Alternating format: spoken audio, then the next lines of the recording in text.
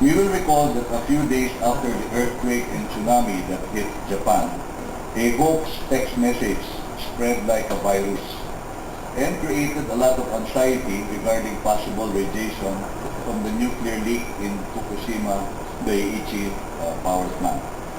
Days after, a hoax text message spread like a virus and created a lot of anxiety regarding possible radiation from the nuclear leak in Fukushima Daiichi power plant. Days after,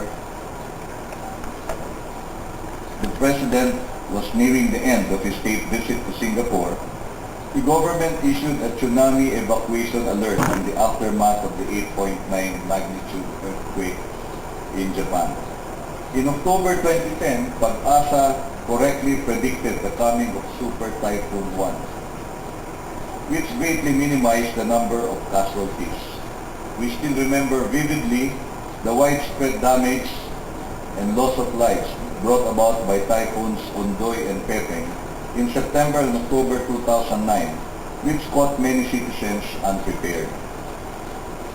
In response to the challenges posed by the foregoing illustrative events, the major telcos have volunteered to support the government through the timely broadcast of text messages, of accurate text messages to their subscribers. As a result of this partnership, we seek to attain the following objectives.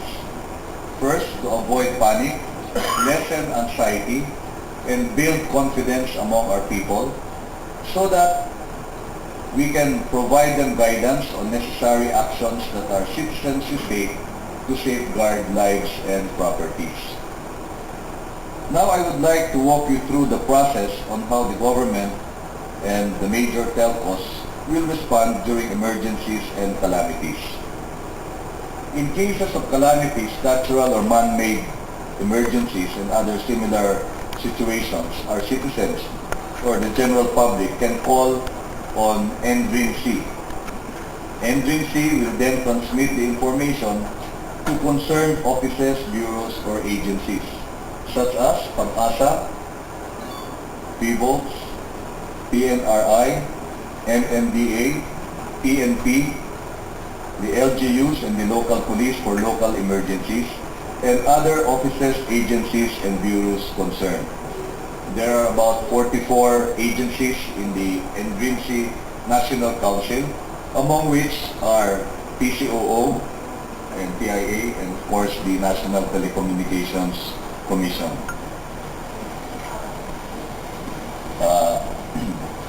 Okay, so the PIA, in fulfilling its role as a member of the NDRRMC National Council, will craft the appropriate message, and this message will then be forwarded with approval of NDRRMC to the National Telecommunications Commission, or NTC. And the NTC would then request the telcos to send the message to their subscribers. The telcos would send the official text message to the concerned areas, and the official text message will come from the number 1456.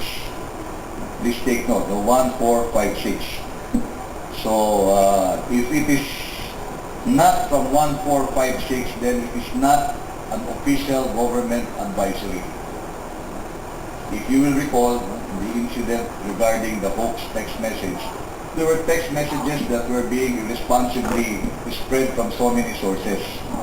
With this text blast to be performed by our major telcos, they will be using the number 1456 to denote that they are broadcasting the official advisory coming from NDRRMC, and that this advisory is not only timely, it is also accurate. So there is no more need to speculate or to ask questions on the veracity of the advisory.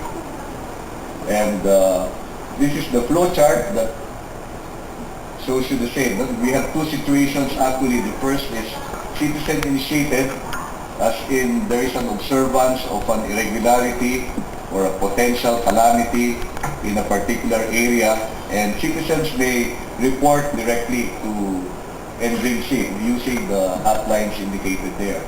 The second situation is if it is government agency initiated, as in the case of earthquake, volcanic eruption, possible radiation, which will all come from the DOST agencies, PBOX and PNRI. In the case of health emergencies, will be the DOH, and so on. We will follow the same protocol. Everything is being coursed through NDRRMC.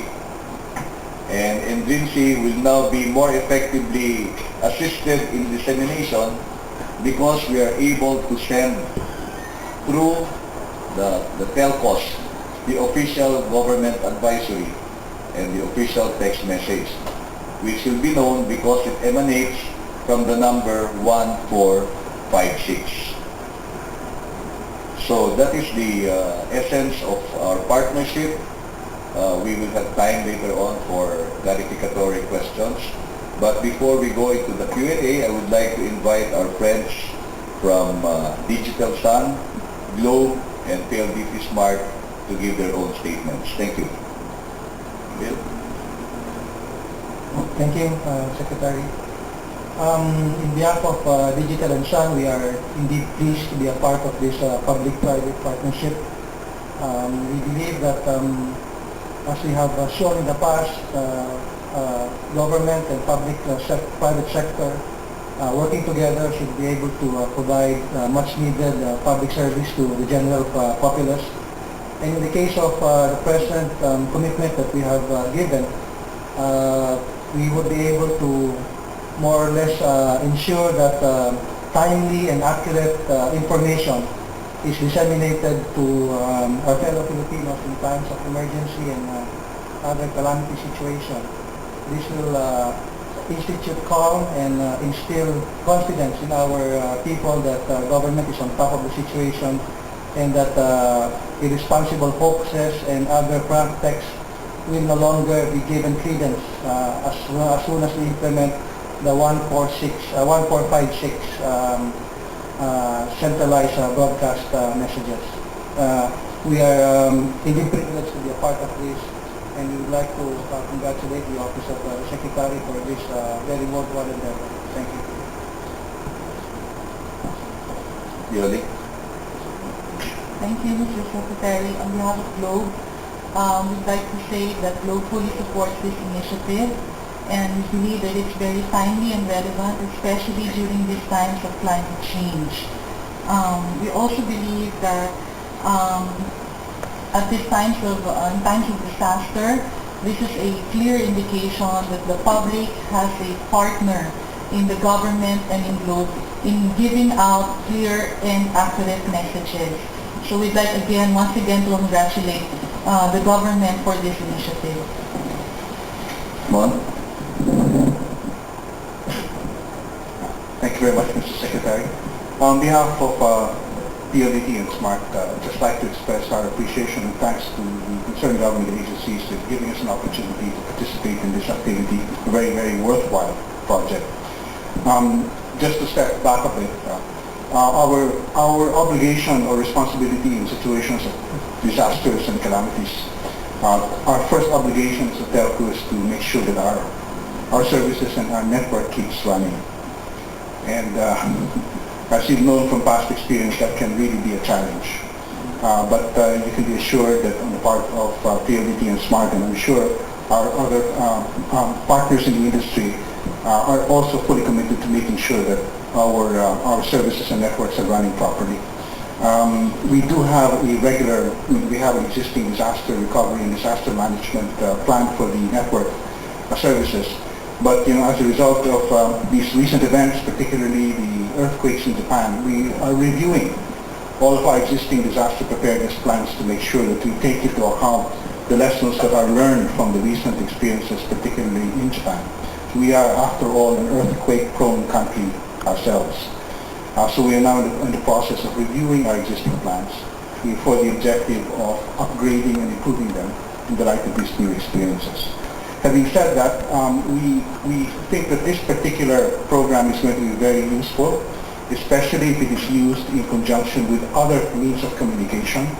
We understand that it's not meant to supplant the other existing communication channels, but it can be a very effective complementary or supportive tool that government can use to reach the citizens, particularly in specific areas where the calamities or disasters may have struck. So on behalf of my colleagues in PLDT and SMART, I'd like to thank again the government for giving us this opportunity to participate in this activity. Thank you.